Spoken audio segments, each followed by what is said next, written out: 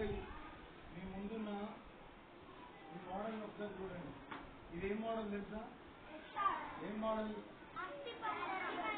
అస్థిపంజరం. ఏంటిది? ఈ అస్థిపంజరంలో ఉన్న వీటిని ఏమంటాం? ఎముకలు అంటాం. ఎన్ని ఎముకలు ఉంటాయో తెలుసా? ఎన్ని ఉంటాయి? మొత్తం 206 ఎముకలు ఉంటాయి. ఇక్కడ చూడండి, ఇది వెన్నుపూస. మనం నిటారుగా నిలబడాలా? ఈ వెన్నుపూస వంగిందనుకోండి, ఇట్లా వంగిపోతాం. వెన్నుపూస నిటారుగా ఉంటే మనం నిటారుగా నిలబడతాం. ఎన్ని ఎముకలు ఉంటాయి? ఇది 33 ఎముకలు ఉంటాయి. అర్థమైందా? ఇది 24 పక్కటెముకలు. అర్థమైందా? అట్లాగే ఇది పుర్రె, మెదడు, వీటన్నిటికీ రక్షణగా ఉంటుంది. కపాలం ఇందులోనే ఉంటుంది. సో ఇది మొత్తం కూడా మానవుని యొక్క అస్థిపంజరం. ఇక మన శరీరంలో అతిపెద్ద ఎముక ఇది. దీన్ని తుంటి ఎముక అంటారు. తుంటి ఎముక. ఇక చేతిలో ఈ మణికట్టు చూడండి. మణికట్టు ఏంటిది? మణికట్టు. ఇక ఇది తుంటి ఎముక. ఇది ఇది ఇది ఇది ఇది ఇది ఇది చెప్పాలి. ఇదేంటిది? అస్థి వెన్నుపూస.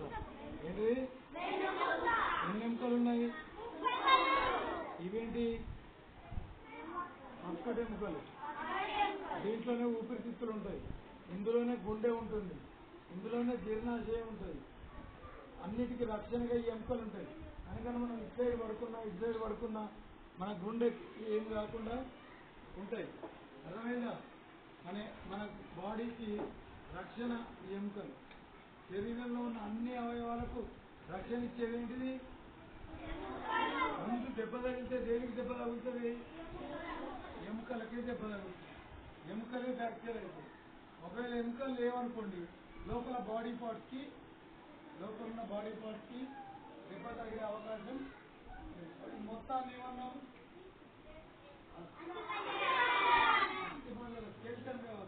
Skeleton system. ఏమంటాం? స్కెల్టన్ సిస్టమ్ అంటాం. ఇప్పుడు అర్థమైంది కదా? How many bones are there? ఎన్ని బోన్స్ ఉంటాయి? ఎన్ని? ఎవరి బాడీలో ఉంటాయి? Human body. ఎవరి బాడీలో? ఎవరు చూసి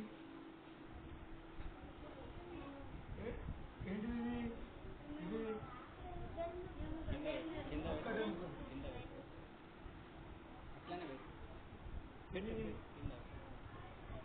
ఇది ఇది పక్కటెముకలు, పక్క బొక్కలు. ఇవి కుంటి ఎముక. ఇది